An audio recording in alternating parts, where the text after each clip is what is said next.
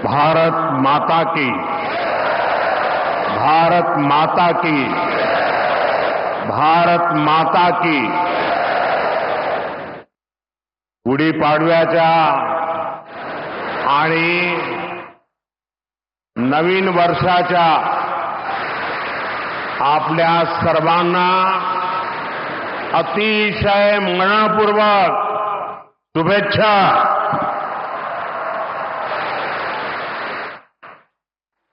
कार्यक्रम में उपस्थित परम पूजनीय सरसंघचालक जी डॉक्टर मोहन भागवत जी, स्वामी गोविंद गिरी जी महाराज, स्वामी अवधेशानंद गिरी जी महाराज, महाराष्ट्र के लोकप्रिय मुख्यमंत्री देवेंद्र फडणवीस जी, केंद्रीय मंत्रिमंडल में मेरे साथी नितिन गडकरी जी,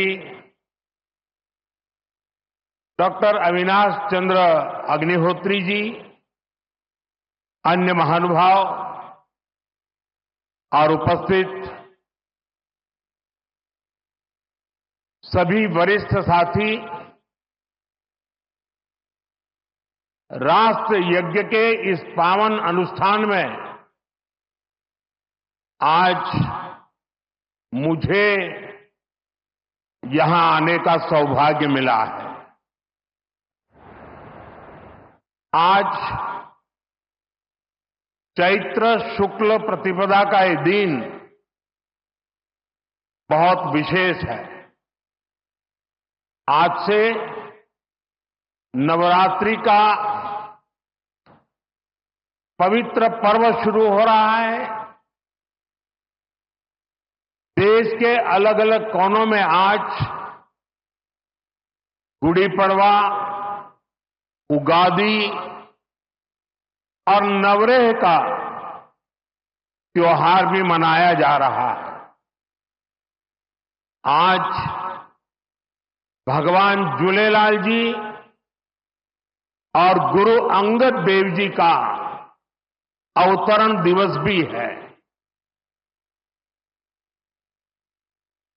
ये हमारे प्रेरणा पुंज परम पूजनीय डॉक्टर साहब की जयंती का भी अवसर है और इसी साल राष्ट्रीय स्वयंसेवक संघ की गौरवशाली यात्रा का 100 वर्ष भी पूरे हो रहे हैं।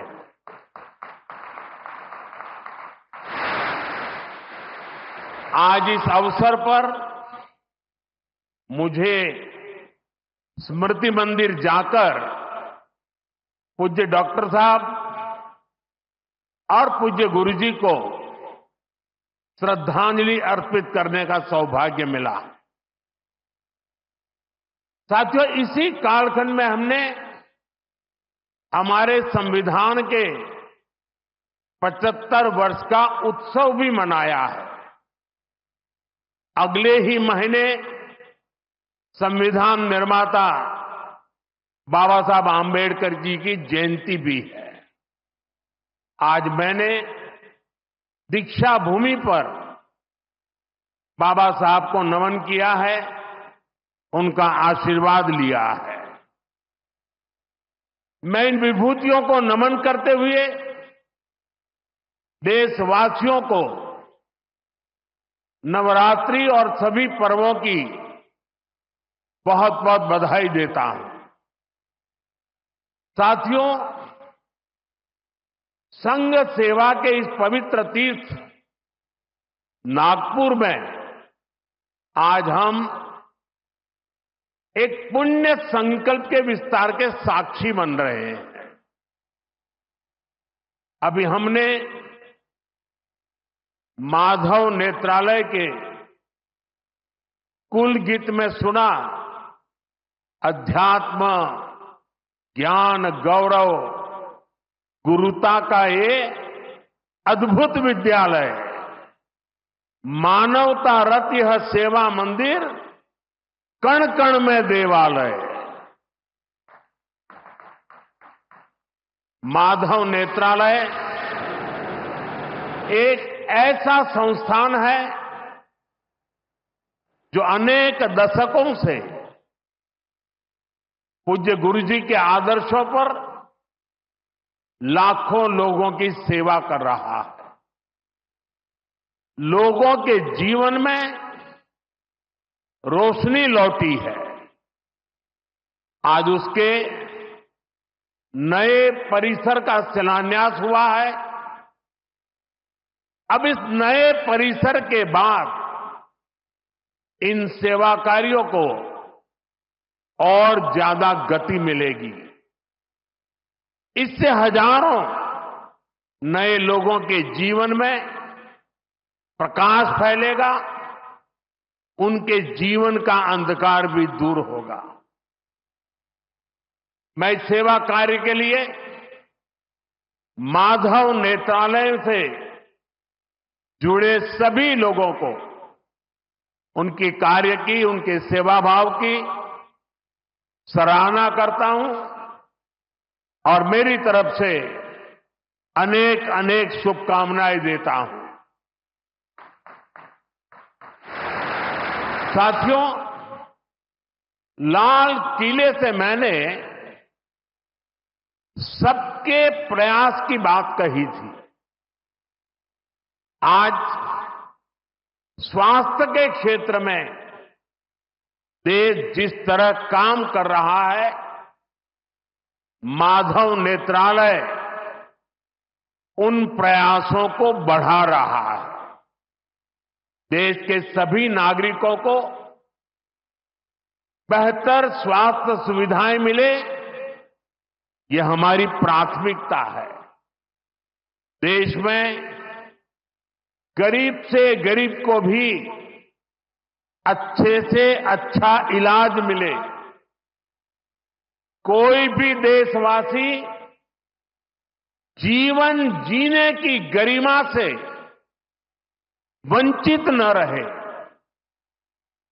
अपना जीवन देश के लिए दे चुके बुजुर्गों को इलाज की चिंता उनको सताती न रहे, उस परिस्थिति में उनको जीना न पड़े। और ये सरकार की नीति है। और इसलिए आयुष्मान भारत के कारण आज करोड़ों लोगों को मुफ्त इलाज की सुविधा मिल रही है। हजारों जन औषधि केंद्र देश के गरीबों को, मध्यम वर्गीय परिवारों को सस्ती दवाएं दे रहे हैं। इन दिनों देश में करीब 1,000 डायलिसिस सेंटर जो मुफ्त में डायलिसिस की सेवा का एक यज्ञ चला रहे हैं।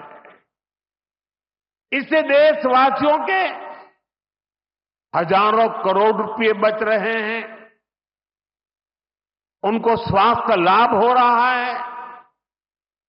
बीते 10 साल में गांवों में लाखों आयुष्मान आरोग्य मंदिर बने हैं, जहां से लोगों को देश के सर्वश्रेष्ठ डॉक्टरों से टेली मेडिसिन से कंसल्टेशन मिलता है, प्राथमिक इलाज मिलता है और आगे के लिए सहायता होती है। उन्हें रोगों की जांच के लिए सैकड़ों किलोमीटर दूर नहीं जाना पड़ रहा। साथियों, हमने न सिर्फ मेडिकल कॉलेजों की संख्या में 2 गुना वृद्धि की है, लेकिन हमने देश में ऑपरेशनल एम्स की संख्या भी 3 गुना बढ़ाई है। देश में मेडिकल सीट्स भी 2 गुनी हुई है। प्रयास यही है कि आने वाले समय में लोगों की सेवा के लिए ज्यादा से ज्यादा डॉक्टर्स और अच्छे डॉक्टर्स उपलब्ध हो। एक बहुत बड़ा साहसिक निर्णय हमने किया। आजादी के बाद पहली बार हुआ, इस देश का गरीब का बच्चा भी डॉक्टर बन सके, उसके सपने पूरे हो सके। इसलिए विद्यार्थियों को अपनी मातृभाषा में डॉक्टर बनने की सुविधा हमने उपलब्ध कराई। आधुनिक चिकित्सा विज्ञान से जुड़े इन प्रयासों के साथ ही देश अपने पारंपरिक ज्ञान को भी आगे बढ़ा रहा है। हमारे योग और आयुर्वेद, इन्हें भी आज पूरे विश्व में नई पहचान मिली है। भारत का सम्मान बढ़ रहा है। साथियों, किसी भी राष्ट्र का अस्तित्व पीढ़ी दर पीढ़ी उसकी संस्कृति के विस्तार, उस राष्ट्र की चेतना के विस्तार पर निर्भर करता है। हम अपने देश का इतिहास देखें तो सैकड़ों वर्षों की गुलामी, इतने आक्रमण, भारत की सामाजिक संरचना को मिटाने की इतनी क्रूर कोशिशें, लेकिन भारत की चेतना कभी समाप्त नहीं हुई। उसकी लौ जलती रही। ये कैसे हुआ? क्योंकि कठिन से कठिन दौर में भी भारत में इस चेतना को जागरूक रखने वाले नए नए सामाजिक आंदोलन होते रहे। भक्ति आंदोलन उसका ये उदाहरण, जिससे हम सब भली भांति परिचित हैं। मध्यकाल के उस कठिन कालखंड में हमारे संतों ने भक्ति के विचारों से हमारी राष्ट्रीय चेतना को नई ऊर्जा दी। गुरु नानक देव, कबीरदास, तुलसीदास, सूरदास, हमारे यहां महाराष्ट्र में संत तुकाराम, संत एकनाथ, संत नामदेव, संत ज्ञानेश्वर, ऐसे कितने ही संतों ने हमारी इस राष्ट्रीय चेतना में अपने मौलिक विचारों से प्राण फूंके। इन आंदोलनों ने भेदभाव के फंदों को तोड़कर समाज को एकता के सूत्र में जोड़ा। इसी तरह स्वामी विवेकानंद जैसे महान संत भी हुए। उन्होंने निराशा में डूब रहे समाज को झकझोरा, उसे उसके स्वरूप की याद दिलाई, उसमें आत्मविश्वास का संचार किया और हमारी राष्ट्रीय चेतना को बुझने नहीं दिया। गुलामी के आखिरी दशकों में डॉक्टर साहब और गुरुजी जैसे महान व्यक्तित्वों ने इसे नई ऊर्जा देने का काम किया। आज हम देखते हैं राष्ट्रीय चेतना के संरक्षण और संवर्धन के लिए जो विचार बीज 100 साल पहले बोला गया, वो महान वटवृक्ष के रूप में आज दुनिया के सामने है। सिद्धांत और आदर्श इस वटवृक्ष को ऊंचाई देते हैं। लाखों करोड़ों स्वयंसेवक, इसकी टहनी, ये कोई साधारण वटवृक्ष नहीं, राष्ट्रीय स्वयंसेवक संघ भारत की अमर संस्कृति का आधुनिक अक्षय वट है। ये अक्षय वट आज भारतीय संस्कृति को, हमारे राष्ट्र की चेतना को निरंतर ऊर्जावान बना रहा है। साथियों, आज जब हम माधव नेत्रालय के नए परिसर का काम शुरू कर रहे हैं, तो दृष्टि की बात स्वाभाविक है। हमारे जीवन में दृष्टि ही हमें दिशा देती है। इसलिए वेदों में भी कामना की गई है, पश्चिम शरदः शतम, अर्थात हम 100 वर्ष तक देखें। ये दृष्टि आंखों की यानी बाह्य दृष्टि भी होनी चाहिए और अंतः दृष्टि भी होनी चाहिए। जब अंतः दृष्टि की बात करते हैं तो विदर्भ के महान संत श्री गुलाबराव महाराज जी का स्मरण भी होना स्वाभाविक है। उन्हें प्रज्ञाचक्षु कहा जाता था। बहुत कम आयु में ही उनको आंखों से दिखाई देना बंद हो गया, लेकिन फिर भी उन्होंने अनेकों पुस्तकें लिखी थी। और अब कोई भी पूछ सकता है कि जब आंखों से दिखाई नहीं देता है तो उसके बावजूद भी कोई इतने ग्रंथ कैसे लिख सकता था? इसका उत्तर यह है कि उनके पास भले ही नेत्र नहीं थे, लेकिन दृष्टि थी। ये दृष्टि बोध से आती है, विवेक से प्रकट होती है। ये दृष्टि व्यक्ति के साथ ही समाज को भी बहुत शक्ति देती है। हमारा राष्ट्रीय स्वयंसेवक संघ भी एक ऐसा संस्कार यज्ञ है जो अंतर्दृष्टि और बाह्य दृष्टि दोनों के लिए काम कर रहा है।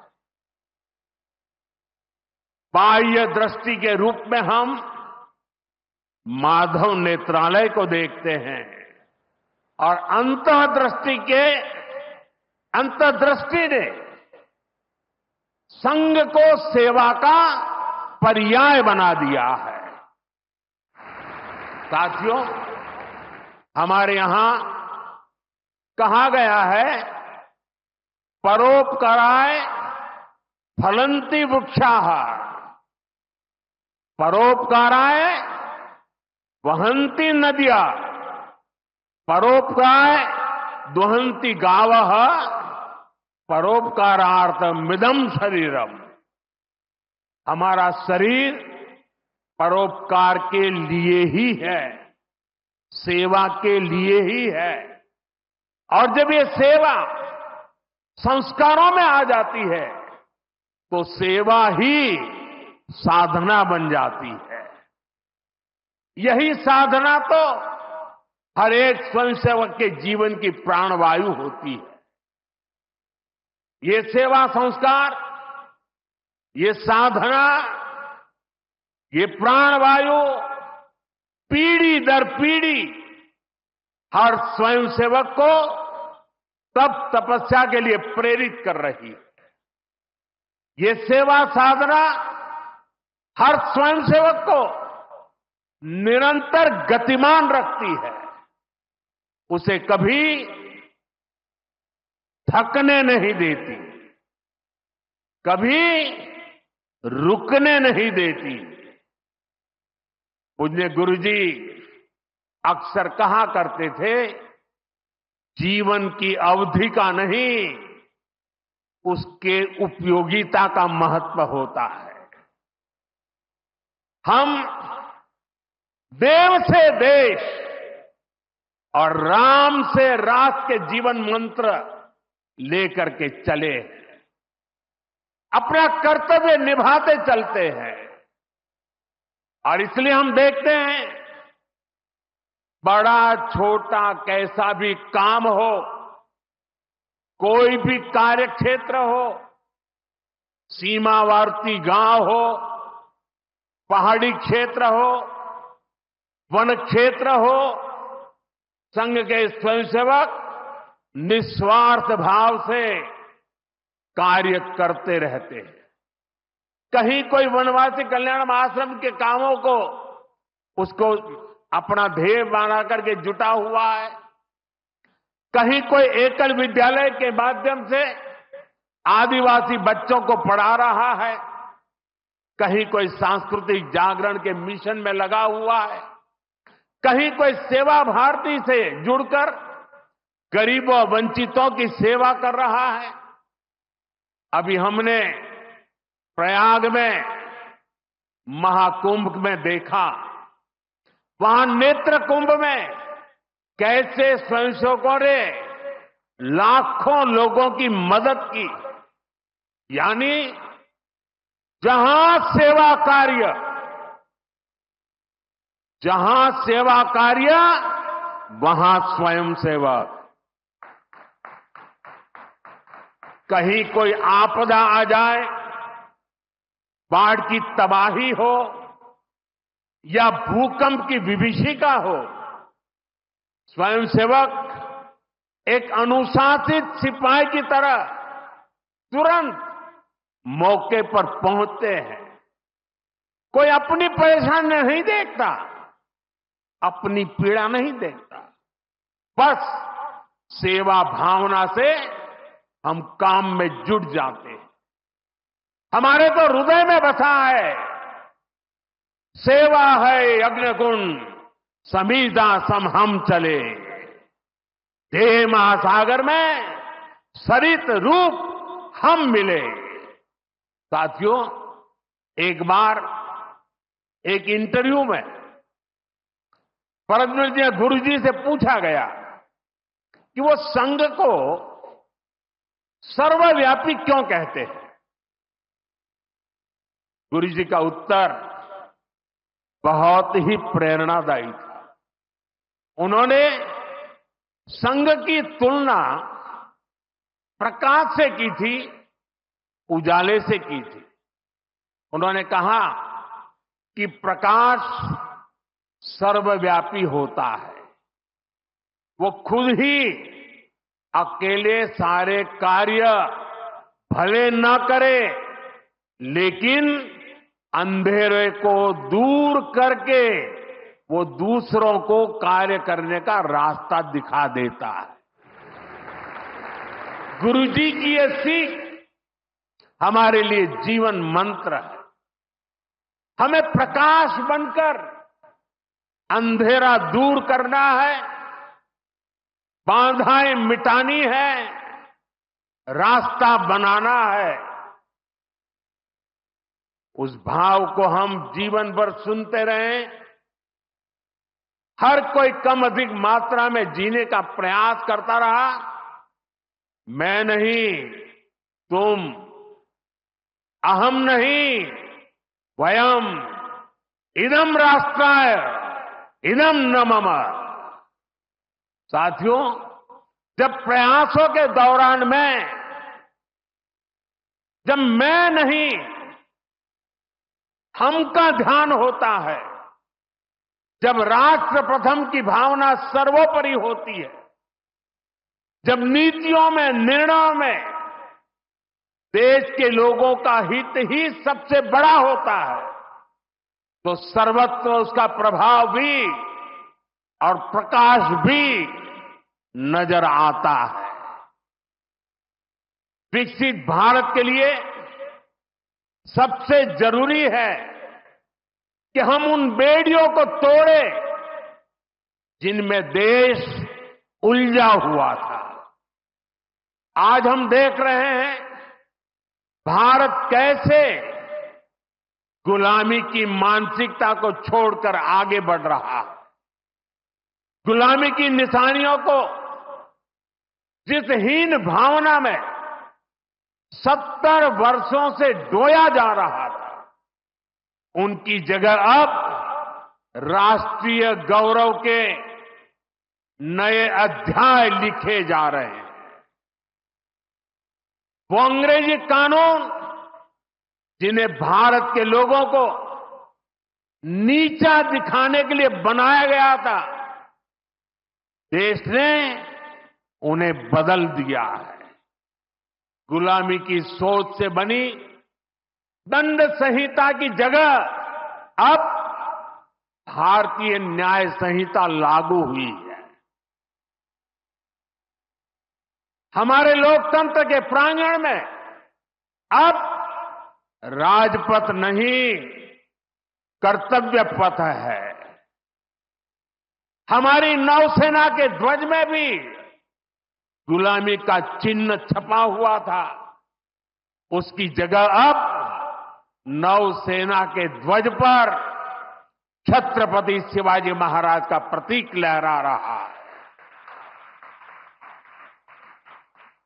अंडमान के द्वीप जहां वीर सावरकर ने राष्ट्र के लिए यातनाएं सही, जहां नेताजी सुभाष बाबू ने आजादी का बिगुल फूंका, उन द्वीपों के नाम भी अब आजादी के नायकों की याद में रखे गए हैं।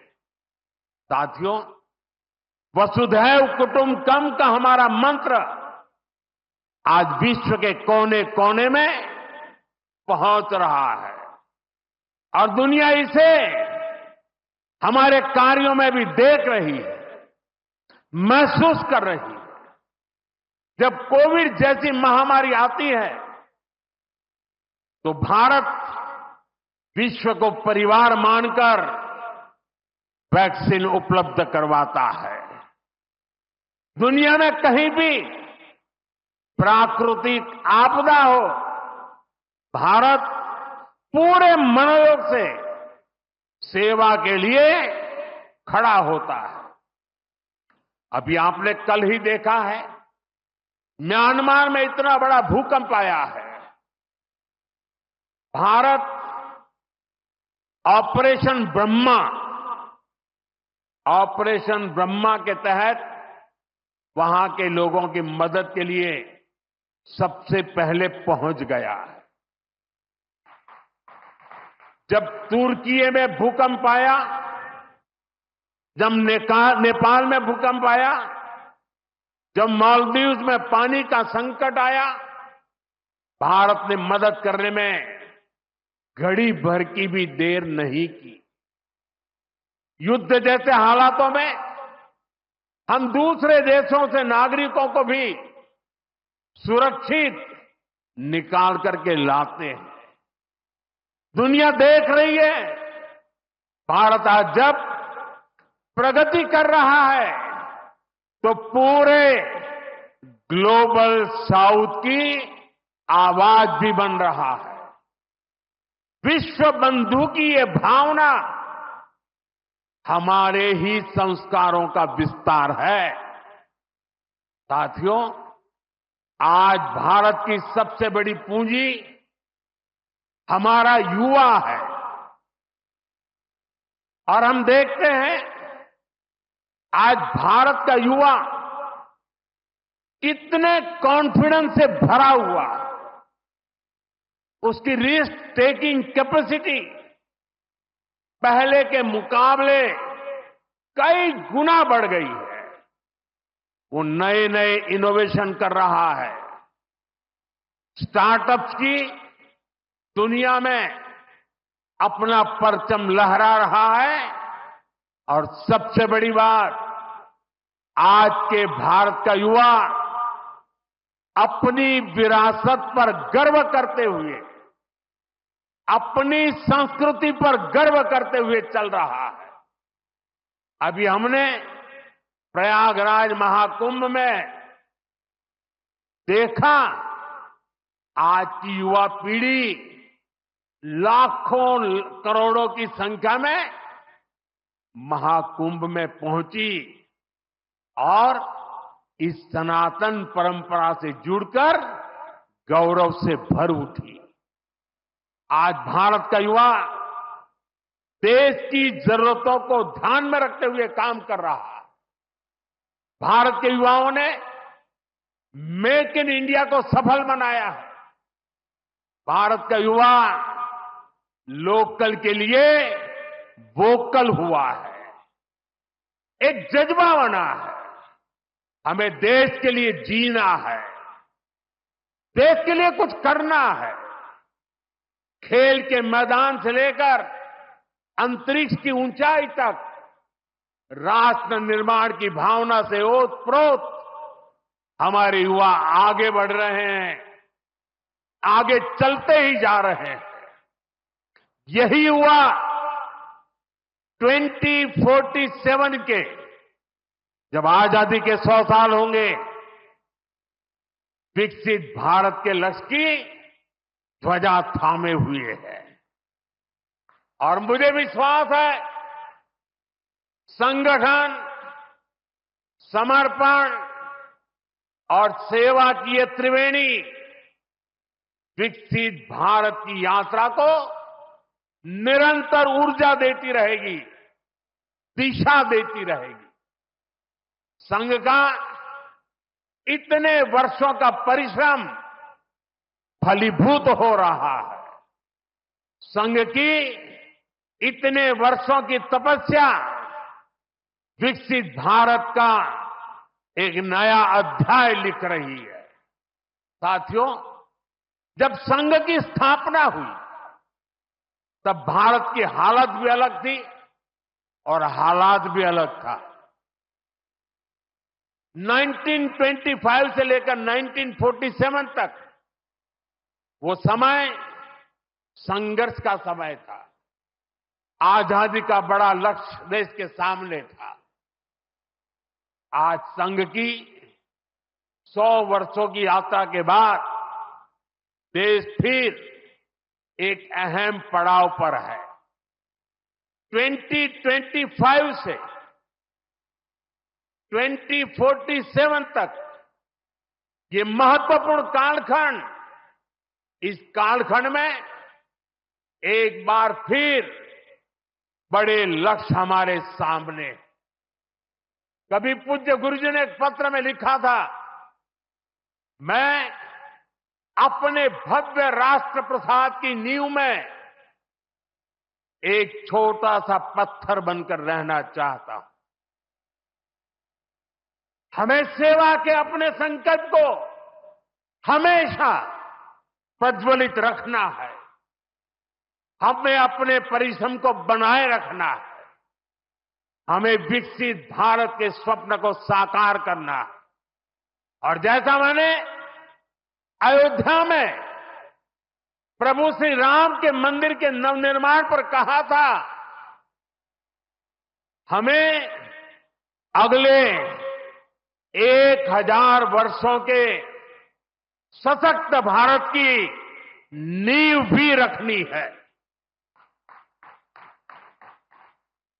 मुझे विश्वास है, पूज्य डॉक्टर साहब, पूज्य गुरुजी जैसी विभूतियों का मार्गदर्शन हमें निरंतर सामर्थ्य देगा। हम विकसित भारत के संकल्प को पूरा करेंगे। हम अपनी पीढ़ियों के बलिदान को सार्थक करके रहेंगे। इसी संकल्प के साथ आप सभी को एक बार फिर इस मंगलमय नववर्ष की अनेक अनेक शुभकामनाएं। बहुत बहुत धन्यवाद।